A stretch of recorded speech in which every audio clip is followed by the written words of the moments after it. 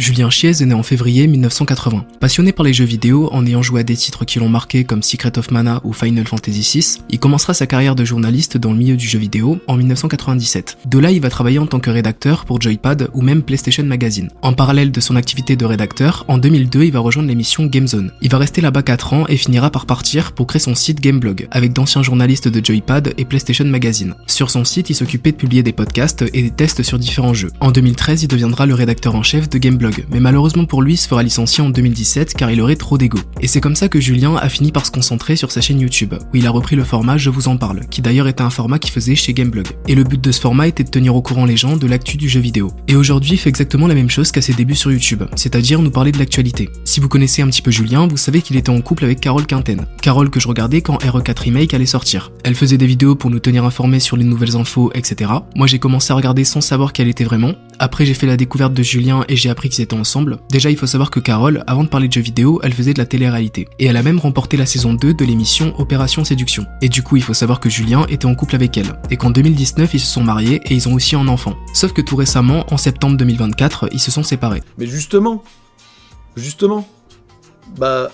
on préfère prendre cette décision pour que ça se passe bien, pour nous, mais essentiellement pour notre enfant.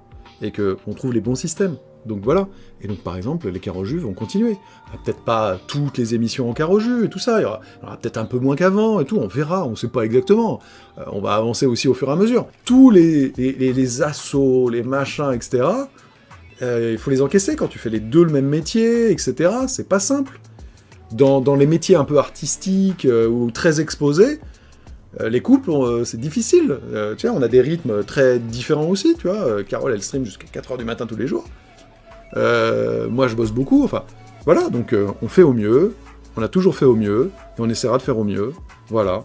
Vu qu'ils sont très exposés avec leur métier, il y a beaucoup de choses qui ont été dites sur les réseaux, et ils ont pris pas mal de haine. Après, il faut savoir que Julien et Carole sont restés en très bons termes, et qu'ils continuent même de collaborer ensemble. Bon, maintenant que je vous ai résumé globalement qui était Julien, on va maintenant parler de pourquoi il est tant controversé. Déjà, on a le fait qu'il fasse de l'actu et que les vidéos soient quotidiennes, donc précipitées. Souvent, Julien peut partager des infos pas très fiables, voire même des rumeurs. C'est pour ça qu'il est rangé dans la même catégorie que Sifano quand il a commencé à faire ce type de contenu, ou même de EMB. Julien joue des titres et des miniatures pour inciter au clic. Après avoir visionné la vidéo en question, il y a de grandes chances d'en ressortir déçu. Le problème avec ça, c'est que tu te fais avoir quelques fois, mais après tu sais d'avance que tu ne cliqueras plus. Et en faisant ce genre de vidéo, il y a moins de chances de réussir à fidéliser sa communauté. Quand Julien parle de GTA 6 ou de la Switch 2, ça peut vite prendre en stats, mais si tu regardes le ratio sous les vidéos, tu vois que les gens n'apprécient pas son contenu. En même temps, il fait des vidéos extrêmement longues en tournant autour du pot. Et généralement, ce qu'on apprend n'est jamais vraiment ouf comparé à ce qui pouvait être écrit dans le titre ou même sur la miniature. Donc en vrai, ses vues sont irréguliers et il n'y a que quand il parle de gros sujets qui stat. Ensuite, il y a le fait que ses avis sur les nouvelles sorties des jeux soient totalement biaisés par l'échec qu'il prend des éditeurs. Quand un jeu est prévu et qu'il y a une hype autour, il n'est pas rare que des youtubeurs ou des mecs comme Julien puissent jouer en avance. Mais le problème, c'est qu'ils ont été payés, donc évidemment que lorsqu'ils parlent du jeu, c'est une grosse dinguerie. Et ça, les gens le savent. Donc c'est énervant de ne pas avoir des retours construits car la vie de ces gens-là a tout simplement été achetée. C'est comme dernièrement, il y a eu une vidéo de Cyril sur le nouvel AC, et pareil, il a été payé, donc le jeu c'est de la frappe, et franchement, ça m'a surpris qu'un youtubeur comme lui accepte ce genre de choses. D'ailleurs, il s'est fait bouffer sur les dislikes, car les gens n'ont pas aimé voir ça. C'est pour ça qu'il est préférable de regarder des mecs comme chez Shouné pour avoir des avis 100% honnêtes, mais après, faut pas tout prendre au pied de la lettre, car je pense que si vous regardez ces vidéos, vous n'achèterez aucun jeu.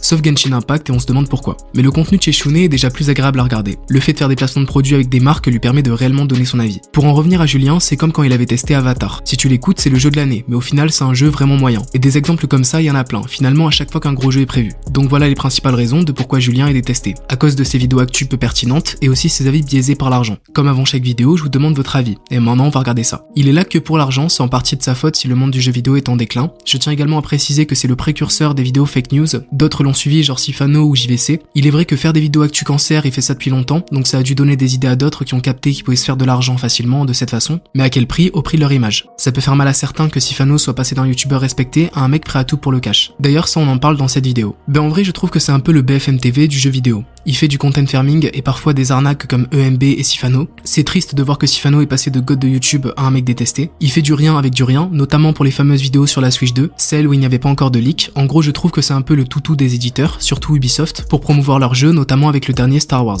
Je crois que c'est bien résumé en disant que c'est le BFM TV du jeu vidéo. Beaucoup regardent mais le prennent pas au sérieux, ou alors finissent par voir les mauvais côtés. Concernant la Switch 2, il y a eu un bon paquet de vidéos, et je pense qu'il a vraiment dû se mettre bien. Malheureusement, il fait ça au prix de son respect pour le public. Et partager des infos peu pertinentes fréquemment, à force les gens se retournent contre lui. Et pour le Star Wars récent, le pire c'est que dans le titre il y a marqué qualité et défaut. J'ai arrêté de le suivre après sa fameuse remarque où il a bloqué un viewer parce qu'il utilisait Adblock. C'est la première fois que je voyais une réaction comme ça sur YouTube, et sa remarque m'a assez dégoûté pour que je me désabonne tout de suite. Alors que je l'aimais bien malgré qu'il forçait sur certains sujets. Si vous regardez mes vidéos en utilisant Adblock, vous pouvez me le dire, je vous bloquerai pas. Julie, t'as un bloqueur de pub? C'est cool. Bah regarde, moi je vais faire un truc, bah moi je te bloque. Voilà, au revoir. Parce que en fait c'est naze. C'est naze, excusez-moi du terme, mais quelque part, vous volez un peu les créateurs que vous regardez. Voilà, donc donnant du coup. Les émissions sont gratuites. Je veux dire, la rémunération de ça, c'est la publicité. J'en conviens, c'est peut-être pas optimal. Pas de problème, hein. T'as la possibilité de faire autrement. Sinon, en fait, non, quoi. Voilà. Sinon, c'est vraiment aller dans la boulangerie, prendre le pain, le lécher, le manger un peu. Ouais, c'est cool. Ciao. Eh, gars. Gars, oh. Journaliste qui fait 40 vidéos pour ne rien raconter de concret, une chaîne sans aucun commentaire négatif au sein de ses vidéos pour ne pas froisser les éditeurs, et garder ses privilèges auprès d'eux-mêmes, personne porté sur l'argent et banni quiconque a un adblock, car cela ne lui rapporte pas d'argent malgré ses 19K par mois en moyenne. Un pseudo-gourou pour sa communauté dont personne ne contredit sous chacune de ses vidéos en commentaire. Bref, énormément de points qui en font un personnage très faux quand on l'a connu à ses débuts et vu son évolution, et cela bien avant son arrivée sur YouTube. Quand tu dis 40 vidéos pour ne rien raconter de concret, ça m'a vraiment fait penser à ma période où j'attendais RE4 Remake, et que j'ai regardé une vidéo de Julien. Dans cette première vidéo, j'ai appris des trucs, mais dans les autres que j'ai regardées, je me suis fait chier, car c'était juste parler pour en parler. Il se répétait ou disait des choses qu'il avait déjà dit, donc je n'ose pas imaginer toutes les vidéos sur la Switch 2. Tu parles aussi de son espace commentaire qui est filtré, et c'est vrai que quand tu regardes, tout va dans son sens. Donc si vous écrivez un commentaire susceptible de déplaire, je crois qu'il finira par être masqué. C'est quelqu'un qui passe son temps à faire 36 vidéos par jour pour ne rien dire et raconter n'importe quoi sur des consoles qui ne sont même pas encore sorties. En fait, le problème de ces vidéos actus, c'est qu'elles sont présentées comme ça. Ah là, clairement, on en tient une belle. Bonjour à toutes et à tous les amis, installez-vous confortablement. Bienvenue dans une nouvelle Alerte Rumeur, ce format d'émission que vous connaissez sur la chaîne et qui permet de regarder un petit peu les différents bruits de couloir qui agitent l'industrie du gaming et se poser la question de savoir si elles sont crédibles ou si, au contraire, il vaut mieux prendre un très gros pas de côté, voire même fuir ces différentes informations. Et là, en l'occurrence, vous êtes très nombreux depuis ce matin, là, depuis quelques heures, à m'alerter, à m'envoyer des messages en disant « Julien, regarde, il se passe quelque chose autour de la Nintendo Switch 2. » Là, le truc, c'est qu'il se présente comme un mec qui est là pour vous prévenir des informations crédibles et peu crédibles. Sauf que c'est totalement contradictoire avec ce qu'il fait réellement, car il utilise les rumeurs et différents leaks pour faire 400 vidéos sur le même sujet. Donc en soi, il profite de ces rumeurs en les propageant. Et je suis sûr qu'il a déjà partagé des mauvaises infos en le savant d'avance. Mais vu que ces vidéos actu peuvent rapidement stat, donc faire de l'argent, il ne s'est sûrement pas gêné pour les partager en faisant un titre de fou et en débunkant tout dans sa vidéo. J'espère que cette vidéo vous aura permis de comprendre pourquoi Julien est tant controversé. Et si vous le saviez déjà, j'espère qu'avoir posé le sujet sur la table en faisant passer plusieurs de vos avis vous a plu. Je pense pas que Julien est bête et je pense qu'il sait ce qu'on lui reproche. Mais il a aussi fait ses choix, donc il profite bien de sa situation financière. Parce que le public n'a pas l'air de tant l'apprécier que ça. Regarder une vidéo de lui sur un jeu qu'on attend juste pour avoir quelqu'un faux peut être bien. Mais si vous regardez plusieurs vidéos, vous risquez sûrement d'être déçu. Puis pour les vidéos centrées sur l'actu, comme celle sur la Switch 2 ou GTA 6, c'est vraiment un format sans fin et peu intéressant. Donc personnellement, je vous déconseille. Mais si vous le découvrez avec ma vidéo, ne vous laissez pas guider par mon avis et celui des autres. Allez plutôt regarder une de ces vidéos sur le sujet qui vous intéresse pour vous faire votre propre avis. Voilà pour ce qu'en est de Julien Chiez, en espérant que cette vidéo vous ait plu et j'ai hâte de voir vos retours.